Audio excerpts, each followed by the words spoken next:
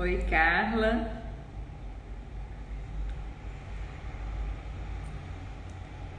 Tudo bem? Boa noite a todos que estão chegando agora. Que alegria ter vocês aqui. Vamos conversar com o Guilherme. Boa noite, Leonardo. Boa noite, representante do Congresso, Abratef. Adorei que você esteja aqui presente também. O Guilherme chegou, já vou chamá-lo. Ei, Ju, minha irmã, ei, Mila, tudo bem? Olá, olá. Olá, olá, tudo E aí? bem? Tudo jóia e você? Joia, que bom te ver. Igualmente, boa noite a todos. Deixa eu só arrumar minha câmera aqui para ela ficar melhor. Isso. Aí, legal. Prazer estar aqui, viu? Seu convite veio de uma maneira coincidente, que eu não acredito em coincidências, mas Ah, eu estava estudando algo, refletindo sobre algumas coisas, dentre elas esse aspecto das perguntas que você me mandou. Então, achei ah, bem pertinente e aceitei o convite logo de cara, sem ressalvas, né? foi mesmo. A mãe normalmente recomenda recusar duas vezes, eu aceitei logo de cara, né? Tá certo, que bom. Foi um Adorei quando você prazer enorme estar escreveu aqui. assim. Obrigada. Eu que agradeço, assim, quando eu pensei nessas entrevistas, é claro que eu fiz uma lista das pessoas que eu queria entrevistar e abrangendo não só a área da constelação familiar, porque eu comecei pela, né, mandei o convite para o André, depois para o Décio, mas todas as áreas das pessoas com as quais eu convivo e É, tenho uma admiração, eu falei assim, eu quero essas tá pessoas travando aí. respondendo essas perguntas também. Então, muito obrigada pela sua disponibilidade. E são perguntas que eu aprendo muito e todos que estão nos ouvindo também vão aprender e te conhecer um pouquinho mais também. Justamente, eu gostei também por isso, viu? Acho que eu nunca tive a oportunidade de falar um pouco de mim, do que eu penso na minha rede social, mesmo Sim, porque eu não tenho muita facilidade, nem gosto muito de live, né? Mas às vezes é necessário e importante, inclusive, né? Compartilhar um é, pouquinho das nossas percepções com as pessoas próximas a nós, né? Porque exatamente. apesar de estar na internet, está todo mundo ao lado, né? Isso, com certeza. É isso que eu penso, assim, porque eu tenho também uma certa curiosidade de descobrir como que é a pessoa que está ali, que está me ajudando de uma outra forma, que foi o seu caso, que eu te procurei em 2000 e alguma coisa. E falei assim, olha, como que ele também pensa, como que ele também É, sente, né? Então, podemos começar? claro, vamos lá. Vamos Então, lá. vamos lá.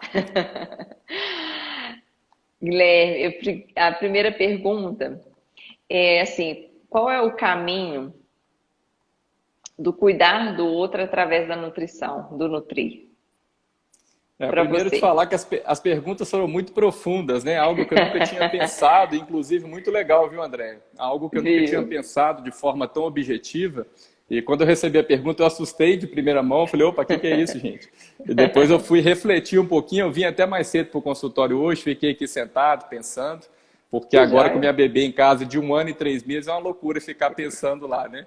Lá a gente age, aqui a gente pensa, né? Tá bem assim. Certo. Mas eu vejo o caminho da nutrição uma atuação conjunta, lógico, entre profissional e paciente.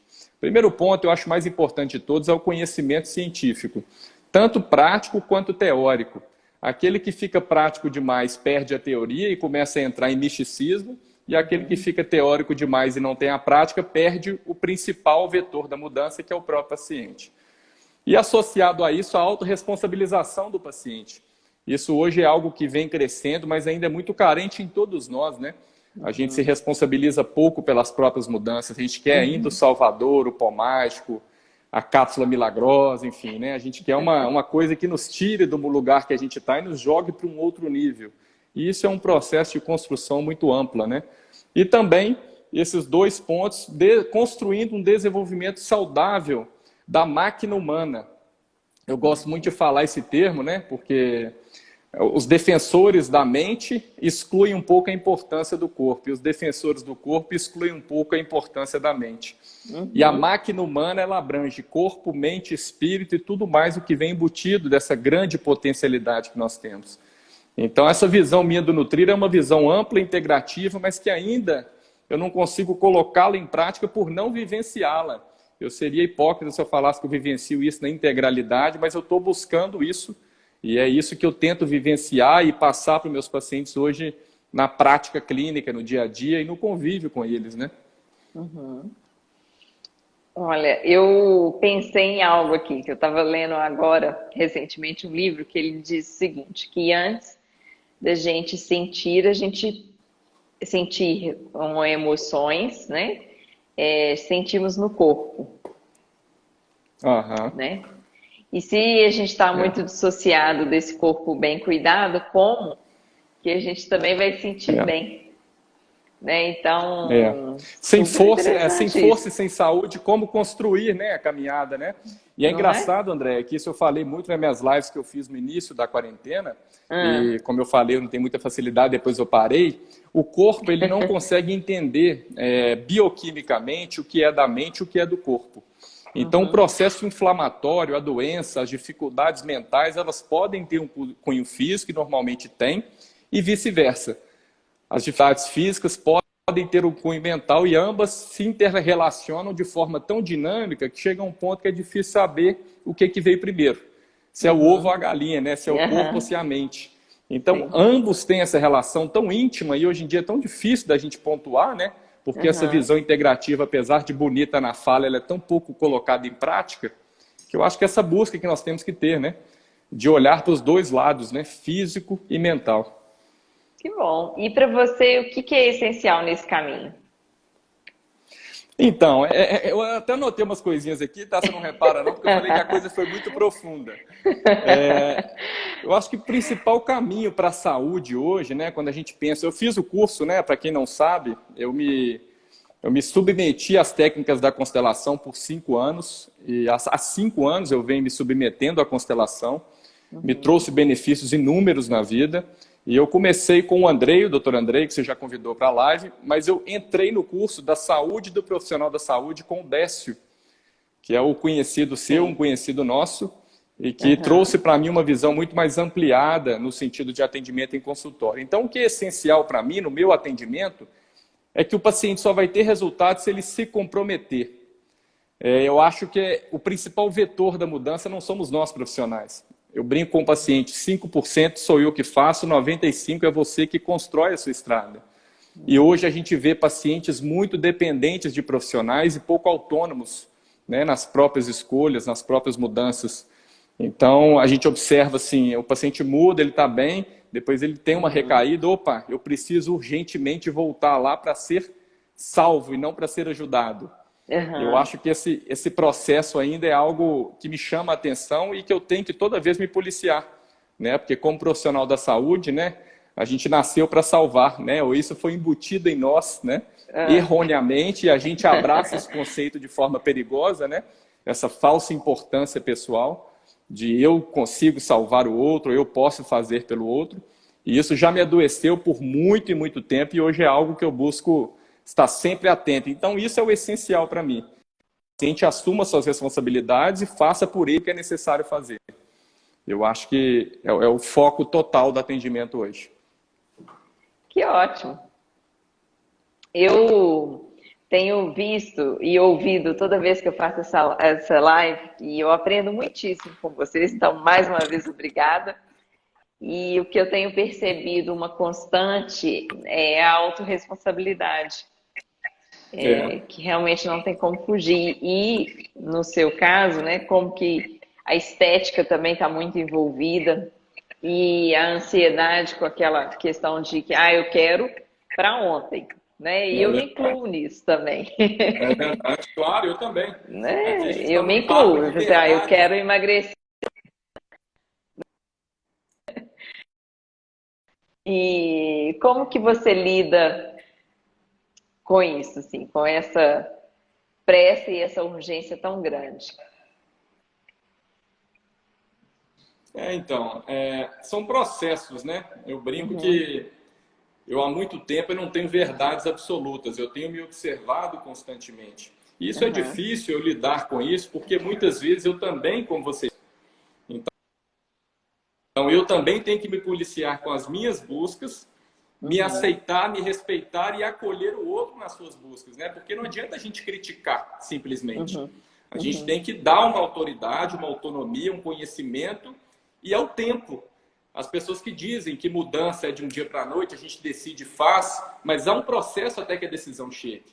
Então, muitas uhum, vezes o paciente vai, nem ele sabe o que ele quer, nem eu sei o que eu vou ofertar, aquela coisa é uma descoberta, né? Cada paciente é uhum. uma nova descoberta, é uma nova percepção, é um novo entendimento. Eu acho que é uma busca constante. Se eu quiser para você que tem uma resposta assertiva e específica, eu estou mentindo, porque às vezes eu fico, né? A busca é natural, né? Ótimo.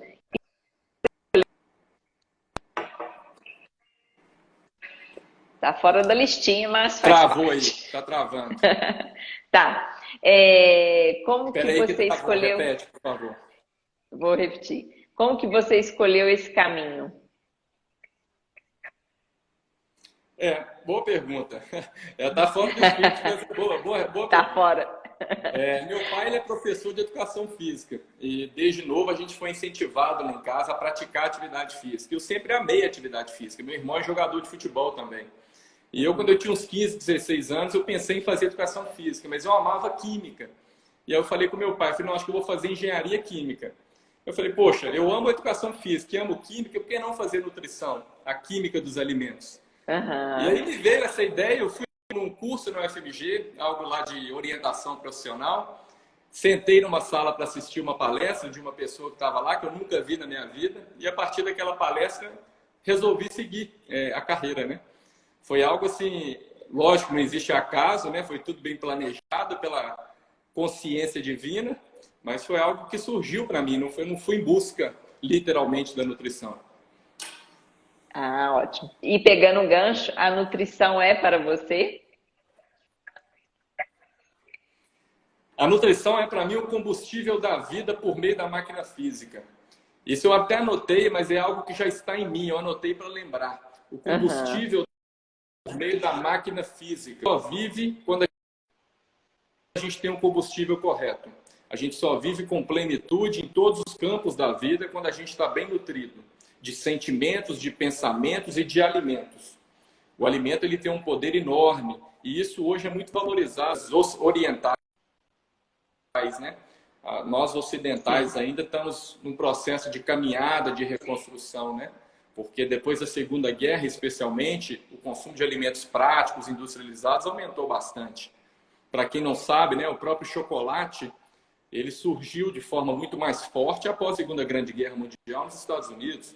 Então, que os Estados Uhum. Unidos começou a fornecer barrinhas energéticas na época da Hershey's para os combatentes, para eles terem energia para aguentar, suportar, né, o desgaste da guerra. E a partir daí, Não como eles sabia. ganharam, entre aspas, a guerra, essa venda de chocolate, de produtos muito calóricos, produtos enlatados, né, que tem uma densidade calórica muito alta, foi muito popularizada lá e, consequentemente, com o mundo todo, né, após a Guerra Fria, após as revoluções que a gente vivenciou no último século. Né? Uhum. E Fantástico, esse eu não foi bem sabia. significativo, porque e antes disso, a gente tinha que sair de casa, caçar galinha, matar galinha, né? Tinha que abrir tudo. E a gente vem num processo de sedentarismo hoje na sociedade muito alto por isso, porque está tudo muito Uhum. acessível, né? Está tudo muito fácil, está tudo muito disponível. Então, por exemplo, os Estados Unidos é um país com o maior teor de obesos no mundo, com mais possibilidades de coisa boa e ao mesmo tempo de coisa ruim no planeta.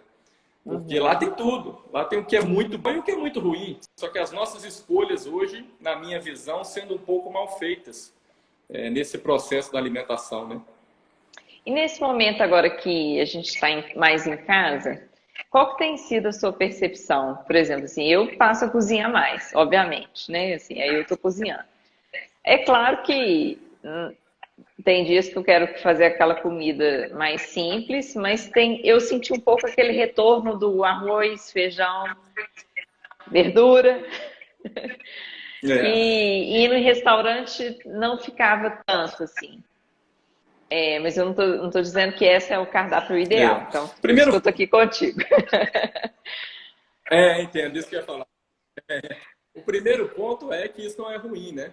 Hoje em dia, criminalizou-se o carboidrato, né? Especialmente. Então, arroz e o feijão são fontes de carboidrato e não necessariamente eles são ruins. Na verdade, eles não são ruins, depende para quem, né? Nenhum alimento, aí é um ponto da nutrição importante, é bom ou ruim. Depende para quem é ofertado, quando e por quê. Mas pensando nesse ponto, hoje a comida, especialmente em períodos de quarentena, entra no aspecto emocional, né? Ontem eu falei disso num grupo do desafio que eu tenho, que eu fiz há um mês, e a gente foi ensinado desde criança a suprir emoções com alimentos. E hoje a gente está mais do que nunca olhando para nós de forma, né, tensa, assustadora, ansiosa. E muitas pessoas buscam uma forma de compensação, muitas vezes sem saúde. Né? Por exemplo, através do consumo excessivo de açúcar, no consumo excessivo de bebida alcoólica, no sedentarismo, né? E aí perpassando por todos esses pontos que pioram a saúde ao invés de melhorar, né? Você tem uma estratégia. Porque no início da quarentena, com aquele boom do Covid, todo mundo assustado, preocupado, cresceu muito a procura por imunidade, como aumentar a imunidade. Passado algum tempo, isso é uma característica comum de nós, seres humanos, a preocupação foi caindo e a gente foi deixando de lado esse aspecto. Então, até um ponto que saiu uma pesquisa no mês passado, mostrando que aumentou em 30% o consumo de bebida alcoólica durante o período da quarentena.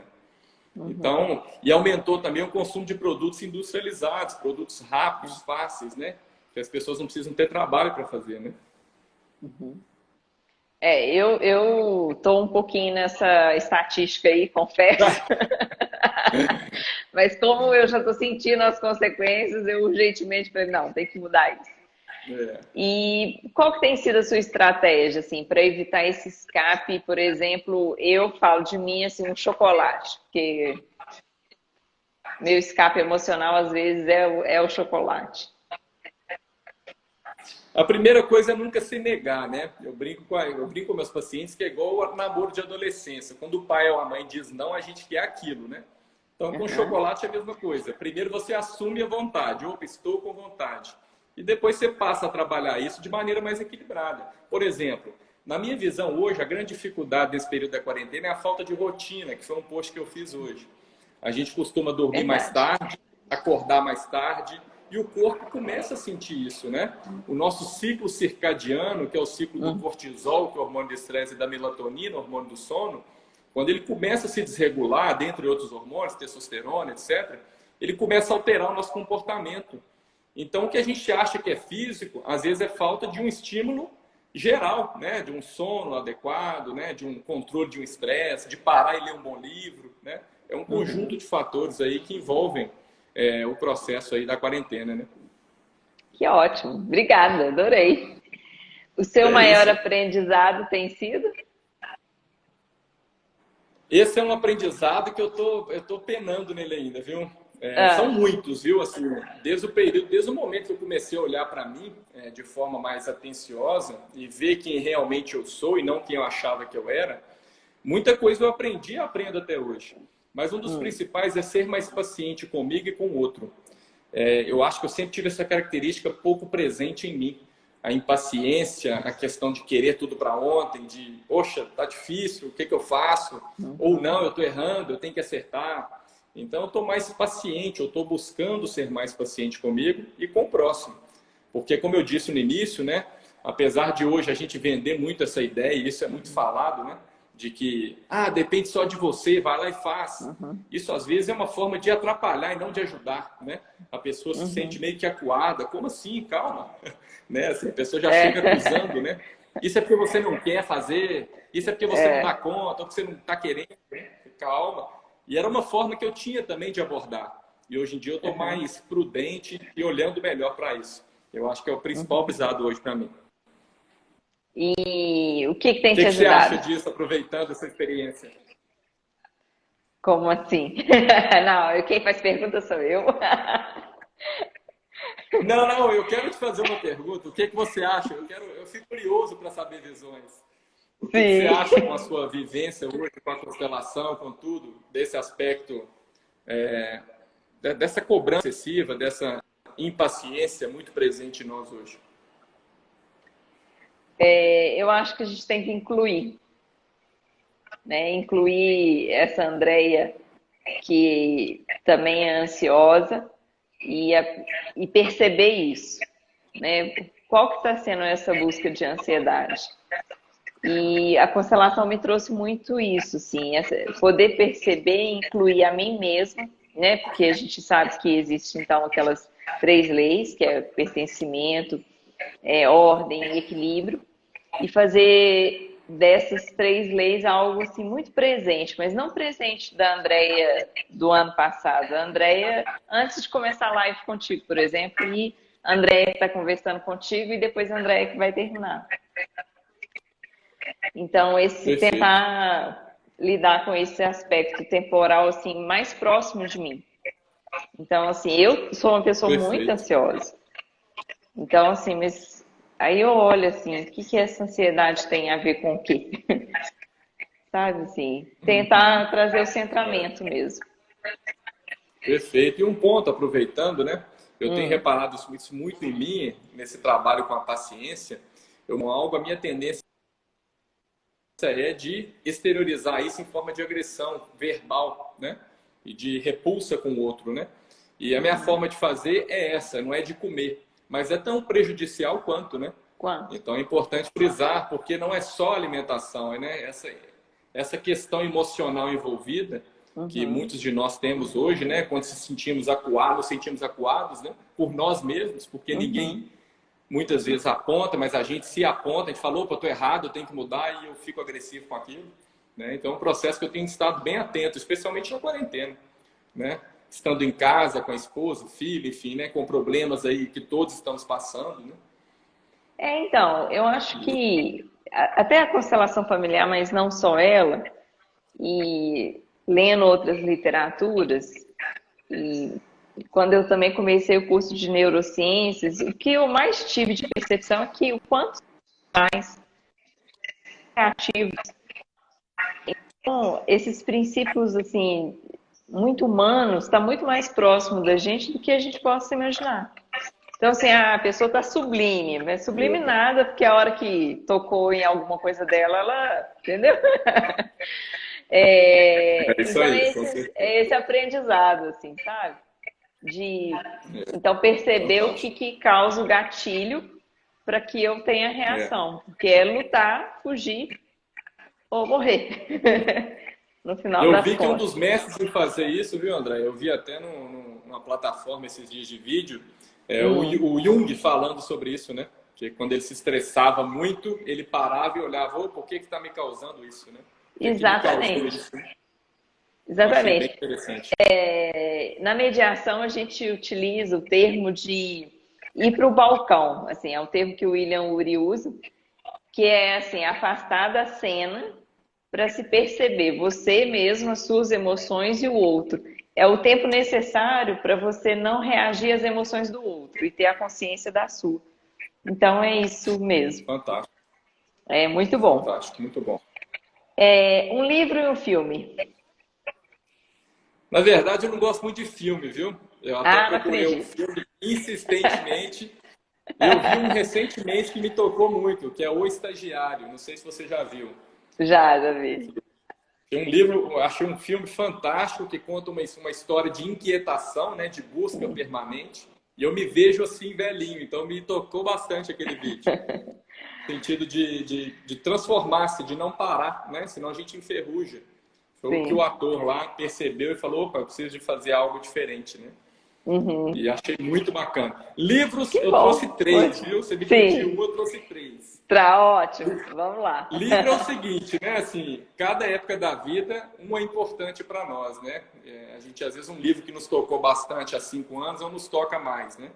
Mas este livro da Rose, você deve conhecer, Rose Simões. Sim, Rose Livre Simões. para Amar Saudavelmente. Foi um livro que me ajudou muito numa época que eu estava com um sentimento de culpa e de punição muito grande. Então, esse livro, eu recomendo bastante esse livro, que foi muito útil para mim. E eu sou espírita, talvez um dos livros mais maravilhosos que eu já li na minha vida foi esse, Paulo Estevam. Ah, Foi um lindo. livro que mudou toda a Inverte forma de ele pensar. assim. Peraí, Inverte ele. assim? Ah, não. É. Quase pra lá. Sim, pô. Não, não, assim. Não tem jeito. Não, é porque quando você Resumindo, Paulo mostra. Estevam aqui, ó. Isso. É porque pra gente mostra de cabeça pra baixo. Eu tô vendo aqui, deu pra ver. Só que eu não consegui Isso. virar, como é que faz pra virar? Ai, sei lá. Não, Não enfim, sei. Paulo Estevam. Ótimo. Esse livro foi um divisor de água para mim no aspecto da preocupação com o outro. Esse apóstolo fenomenal, né, que foi o nosso estimado Paulo, e foi uma história fantástica que mexeu muito comigo. E um outro livro, esse a nível profissional, você deve conhecer. Ah, sim. Ordens da Ajuda. Ordens Esse, da Ajuda. há um ano eu comecei a ler, entrar um pouco mais dele, e também mexeu muito comigo em muitos sentidos. E achei um livro fantástico e muito profundo também. Paulo Tem Estevam. outros, mas esses três. Você quer falar de mais algum? Não, os três. Não? São 3 livros fantásticos. Paulo Estevam, eu não li ele inteiro, por incrível que pareça. Eu vou ler. Porque a ideia também é de, quando eu pergunto do livro e filme, é claro que eu tenho um interesse por trás, porque eu gosto de ler e eu gosto de assistir filme. Ótimo, eu vou colocar essas dicas depois. Muito obrigada, adorei as 3 indicações. Espera aí. Uma história para nós. Pois é, eu trouxe 2. Essa história, inclusive, uma pessoal, é uma história terapêutica que me iniciou no processo de olhar para mim mesmo. Eu conto para pouquíssimas pessoas e eu resolvi compartilhar aqui.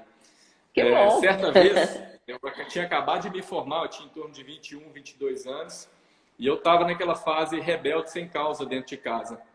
Eu estava me achando que eu podia, que eu já tinha formado, que eu não dependia mais de ninguém, enfim. E aí comecei a brigar, a ter conflitos dentro de casa, um filho fora de ordem, você já viu que loucura, né? E eu Dá trabalho. Assim, eu fiquei assim por uns 4, 5, uma semana.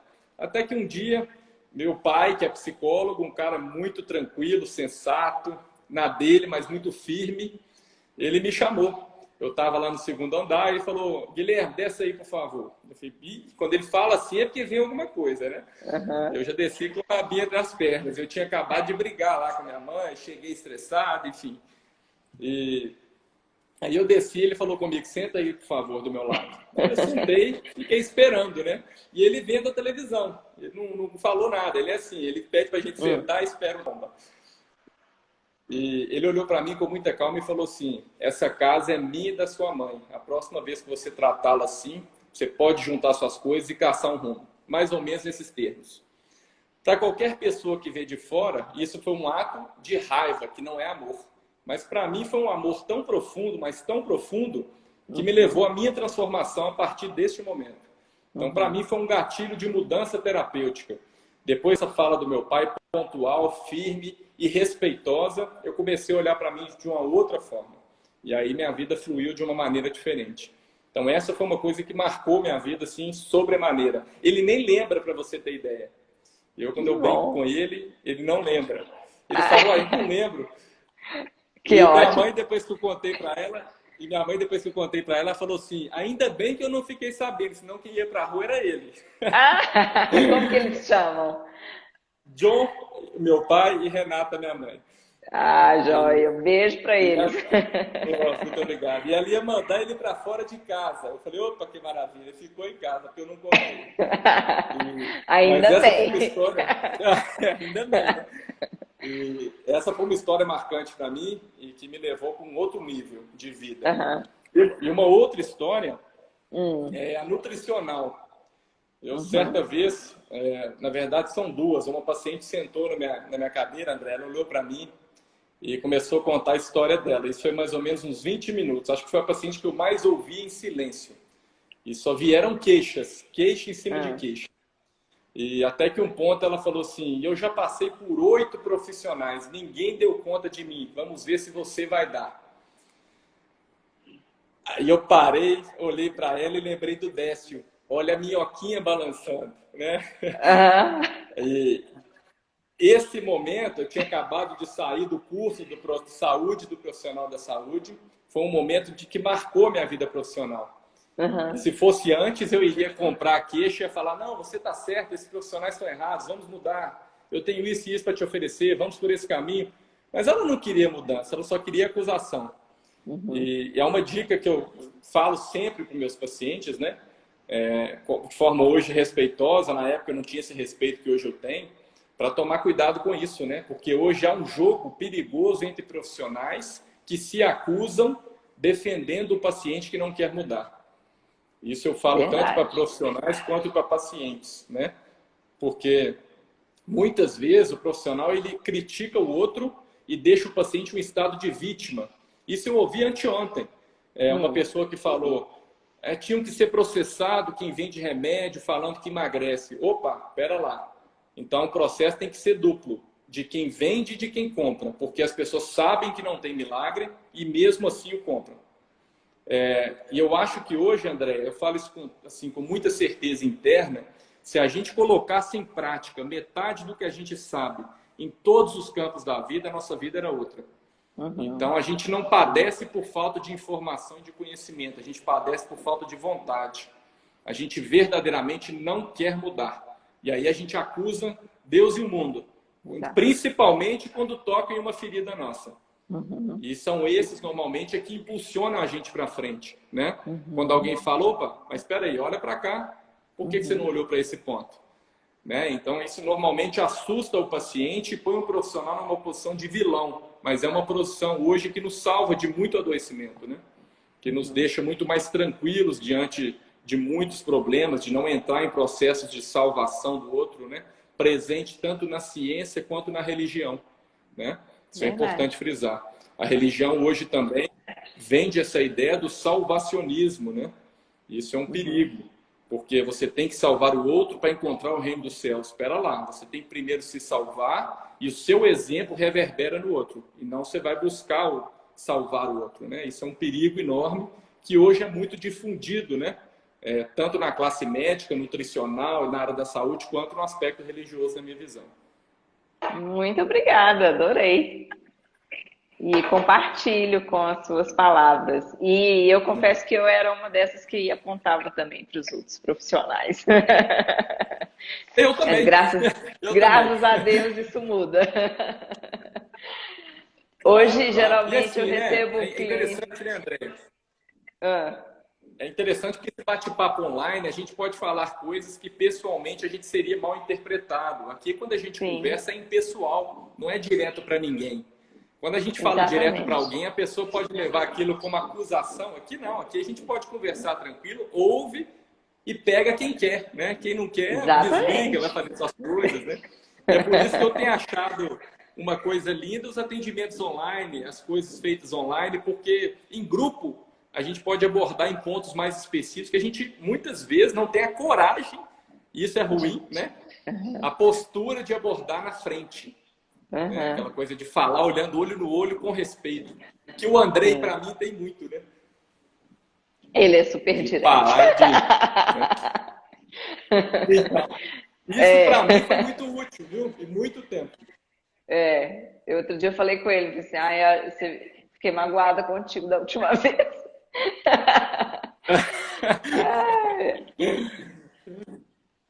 Aí ele pegou e me deu outra. Em vez dele... Ele não passou a mão na minha cabeça, não. Em vez dele passar a mão na minha cabeça, ele me deu outra em cima, entendeu? Aí eu falei, não, tudo bem, agora chega. Foi ótimo. Adorei. Eu vi uma fala da Isabela, viu, André? Só aproveitando. Quanto tempo nós temos ainda? Só para eu saber. Eu não sei. Eu não sei mexer nesse negócio ainda, assim. Para saber o tempo, Temos... não sei. Não, é melhor eu não procurar saber também. Quanto tempo?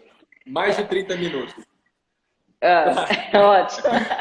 Eu vi uma fala da Isabela, que inclusive você entrevistou aí. Ela falou uma coisa muito interessante.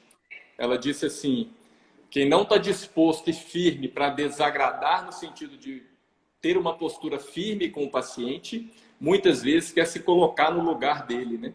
Quer salvá-lo, né? Salvá-lo. E essa postura firme, ela é difícil, ela não é fácil. É uma postura que ela é conquistada, né? Porque ela tem que ter o respeito, tem que ter o direcionamento e tem que ter o conhecimento. São 3 ferramentas, não é uma só. Não adianta você ser firme e não ter o que dizer, né? Sou firme. Poxa, mas o que você trouxe para a pessoa? Nada. Então a pessoa não tem ferramenta para isso. Isso. Fantástico. Porque senão vira acusação, né? Vira acusação, vira só apontamento, julgamento, né? Hoje, se eu recebo um cliente, ele chega para mim como... E é sempre vítima, eu já acho que ele assim, é o vilão da história.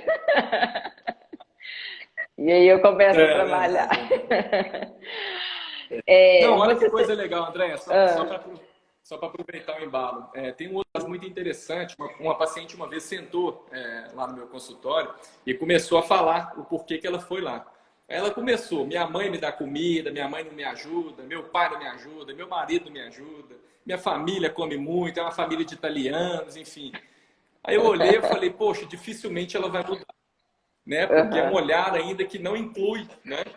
Porque quando a gente quer ir contra, e esse aspecto do pertencimento na alimentação ele é muito importante, né? O pertencimento na comida ele é muito enraizado em nós. Então, não aceita, por exemplo, uma comida da avó, você tem que lidar com a culpa de não aceitar com respeito, né? E se você tem essa crítica porque a avó oferece, você, não quer, é por isso que é todo mundo gordo, você já entra de novo no aspecto de amor cego e quer honrar aquilo tudo, né? E dificilmente sai daquilo, né? Então, o respeito, né, pela história familiar, pelo que foi possível na nossa família, e fazer por nossa vez aquilo que tem que ser feito, né? Que não é um processo fácil, mas necessário, né? Então, você falando disso da comida e o quanto a comida traz nos conecta com o pertencimento, hoje, repassando uns slides, eu li sobre a transgeracionalidade, que teve um estudo na Holanda de que bisnetos, né, daquelas pessoas que viveram na guerra e passaram fome, hoje são obesos. Na condição de que, então, eu vou salvar minha família ainda. Né? Então, é isso que você falou, né? O tanto que a comida... eu sou descendente de italiano também, o tanto que isso tá mesmo embutido, né? Tá na gente, tá no gene, né? Eu vejo isso pela minha avó, viu? Ela tem 15 latas de óleo dentro do armário dela. Eu pergunto: vó, para que isso tudo? Eu já passei muita dificuldade, meu filho. Hoje eu não quero passar mais. Sim, é isso. Então, olha que, né? Ou seja, em honra a tudo que passaram por lá, eu como por todos, né? Uma fala forte, né? A gente tem que ter respeito por isso, porque foi uma história que a gente não vivenciou, mas é algo que nos toca sobremaneira, né? Sim, sim. Muito profundamente. É verdade. A comida tem essa ligação. Fantástico. E você tem que lidar com isso tudo. Né? É verdade. Verdade. Para nos ajudar. Você tem um mantra... você ia falar? Não. Você tem um mantra ou uma oração pessoal? Não tem não. Eu sou espírita. Poucas pessoas acho que sabem disso. Eu sou espírita desde que eu nasci. Meu pai ele conviveu com Chico Xavier por 21 anos. Então eu nasci em berço espírita. Entendi. E eu não tenho um mantra específico, uma oração, algo que eu faça. Eu costumo, é difícil para mim me acalmar internamente, mas a minha busca é por serenar. Eu busco tranquilizar, faço uma oração sim, mas não um mantra específico, um Pai Nosso, uma oração simples, uma Ave Maria. E eu busco me acalmar e centrar no que eu tenho que fazer. Busco ajuda em Deus. E eu acho que isso hoje também, para mim, é uma base importantíssima, porque tudo que é da terra perece, né? Na minha visão, tudo que está aqui de conhecimento vai ser renovado e vai vir outras coisas novas, enfim. A gente se acha num estado de conhecimento pleno, mas esse conhecimento pleno é uma fagulha na imensidão do universo, né? Então, eu busco me enraizar em Deus. As ciências da Terra, elas são importantes, mas para a Terra, com ressalvas, né? Para a gente não ficar muito... A gente fica meio paranoico, querendo resolver tudo, por exemplo, com constelação, querendo resolver tudo com terapia, querendo resolver tudo com relação pai-mãe. Calma, né? Eu fico comigo, calma. A vida é muito mais do que isso, né? Apesar disso ser muito importante, né? E eu também não sabia que você era espírita. Eu soube que você dá palestras também pelo Cleiton, não é isso? Ou estou enganado? Cleiton, grande amigo. Cleiton. Ele falou assim, é o Guilherme, nutricionista? É ele mesmo. Gosto muito do Cleiton, muito mesmo. É um cara muito gente boa. E se você tivesse que fazer uma pergunta, pensando nessas perguntas, né? Se você tivesse que fazer uma pergunta, qual você faria para você? Nossa senhora, essa tá fora do script, hein? Tá fora!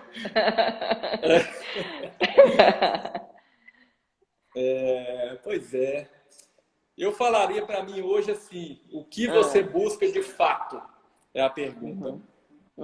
Porque eu busco muitas coisas, o que eu busco de fato, né? Assim, o que me move, o que me tira do meu estado normal e me leva para um estado de produzir com amor.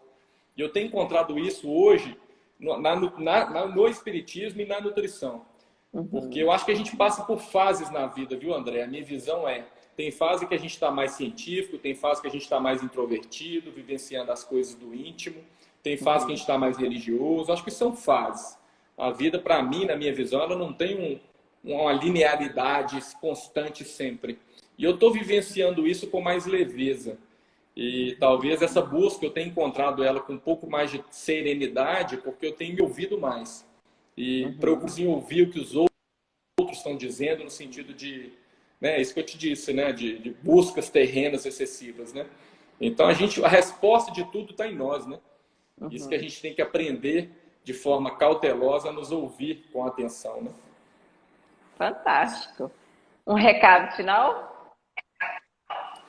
Uai, nenhum específico. Eu gostaria de agradecer muito. É a primeira live que eu tô aqui, ó. Vou te mostrar para você ver como é que eu estou de bermuda. Começa a esticada lá do outro lado.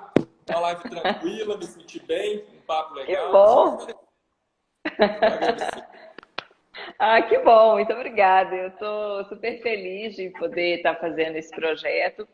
Eu pretendo, a partir dele, também escrever um livro. Então, muitíssimo obrigada. Eu vou deixar essa live aqui, ela ainda fica, né, para todo mundo que entrou agora ou está chegando, vai ficar aqui disponível. Depois também vai para o canal do YouTube. E eu só tenho a te agradecer. Adorei, achei que foi, assim, mais do que eu esperava, né? Foi muito bom, muito obrigada. Muito bom. Agradeço eu tenho todo acompanhado mundo. o seu trabalho, viu, André? Às vezes a gente dá pouco feedback, né? Sim. E muitas falas que você teve aí com as pessoas que você entrevistou me tocaram bastante. Então, apesar de a gente achar que não está atingindo muita gente, as pessoas que você está atingindo, pode ter certeza que estão tirando muito proveito disso. Então, continue e todo sucesso do mundo para você, que você merece. Obrigada, para nós. Amém. Obrigada a todo mundo que esteve aqui com a gente também. Minha irmã esteve presente. Eu vi ela na mensagem. A Ana é uma nutricionista querida lá de Ouro Preto. E eu disse a ela que ela iria gostar, e ela falou que gostou mesmo, que foi ótimo. Então, foi isso. Muitíssimo obrigada. Eu que te agradeço. Estou aberto aí a novos convites, viu? Eu posso pode convidar deixar. se você quiser também. Não, claro, pode deixar. Depois eu vou fazer um melhor de 3 aqui, entre eu, você e mais uma pessoa. Com certeza. Tá joia? Maravilha. Prazer. Obrigadão. Grande abraço. Boa noite. Tudo de bom. Tchau, tchau. Você também. Tudo de Tchau, bom. tchau, gente. Obrigadão.